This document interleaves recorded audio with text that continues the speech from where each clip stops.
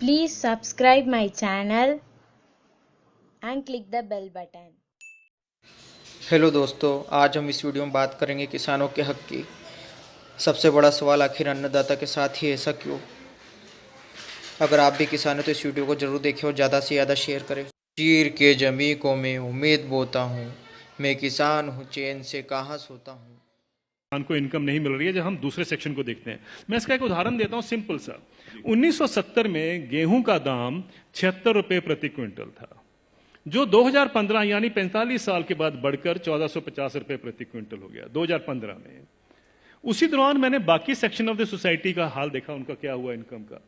मैं सिर्फ बेसिक पे और डीए ले रहा हूं। उसी दौरान में 45 साल के पीरियड में सरकारी मुलाजिम की जो बेसिक पे और डीए है वो 120 से 150 गुना बढ़ गया, और जो स्कूल टीचर्स की जो तनख्वाह बढ़ी है उस दौरान में वो 280 से 320 गुना बढ़ गई, और जो कॉलेज के यूनिवर्सिटी प्रोफेसर्स हैं उनकी तनख्वाह 150 से 170 गुना बढ़ी है उस 45 साल के पीरियड में। किसान की जो इनकम है, जो गेहूं के दाम से या धान के दाम से आप नापेंगे, वो 19 गुना बढ़ती है।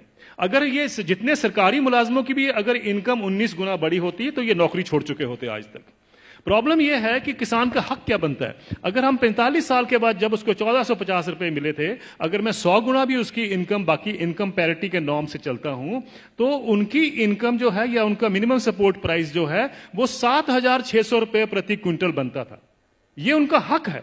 7600 रुपए क्विंटल बनता था, उनको मिला 1450 रुपए। फिर ये कहा जाता साहब ये पैसा कहां से आएगा? कभी आपने पूछा जब कॉर्पोरेट को पैसा दिया जाता है कहां से आएगा?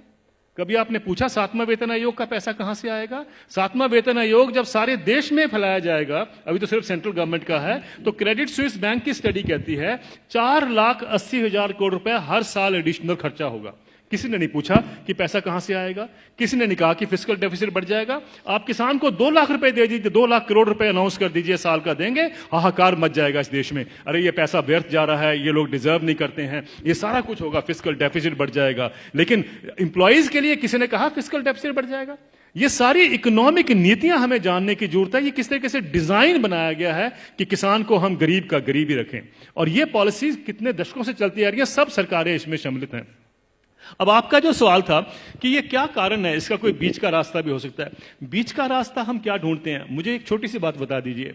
जब आपका इनकम मिलती है, 7वां वेतन आयोग मिलता है या किसी को भी अपनी इनकम मिलती है, तो क्या कभी किसी ने सोचा है कभी किसान को कभी हाउस रेंट मिला हो, कभी एजुकेशन रेंट मिला हो, कभी हेल्थ अलाउंस मिला हो, कभी बच्चों के लिए मेडिकल अलाउंस मिला हो?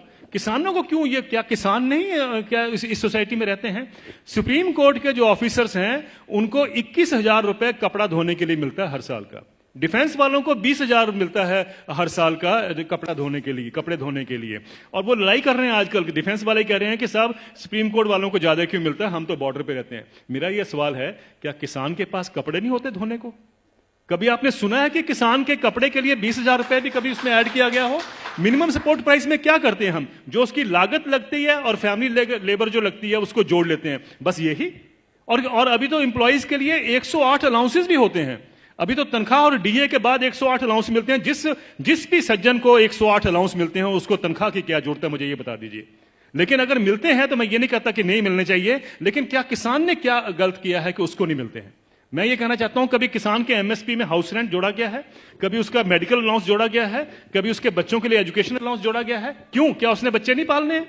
हम ये क्यों मान के चलते हैं कि किसान तो हमारे देश के ऊपर बोझ है, इसके ऊपर हम दान कर रहे हैं? आप दान नहीं कर रहे हैं, आप उसको एक्सप्लॉइट कर रहे हैं, आप किसान को निचोड़ रहे हैं, और उसी के साथ आपकी अर्थव्यवस्था चलती है। ये अर्थव्यवस्था के जब तक हम ढांचे को नहीं देखेंगे, हमें समझ नहीं आएगा कि किसान को मार इतने सालों से क्यों पड़। दोस्तों, अगर आपको यह वीडियो पसंद आए तो लाइक करिए। लाइक करने से दोस्तों मुझे मोटिवेशन मिलती है आपके लिए ऐसी नई नई वीडियो आपके लाता रहूं। और दोस्तों, अगर आपने इस चैनल को सब्सक्राइब नहीं किया तो सब्सक्राइब कर लेना। सब्सक्राइब करने का फायदा यह होगी, जब भी मैं नई वीडियो अपलोड करूंगा तो आपको नोटिफिकेशन मिलती रहेगी।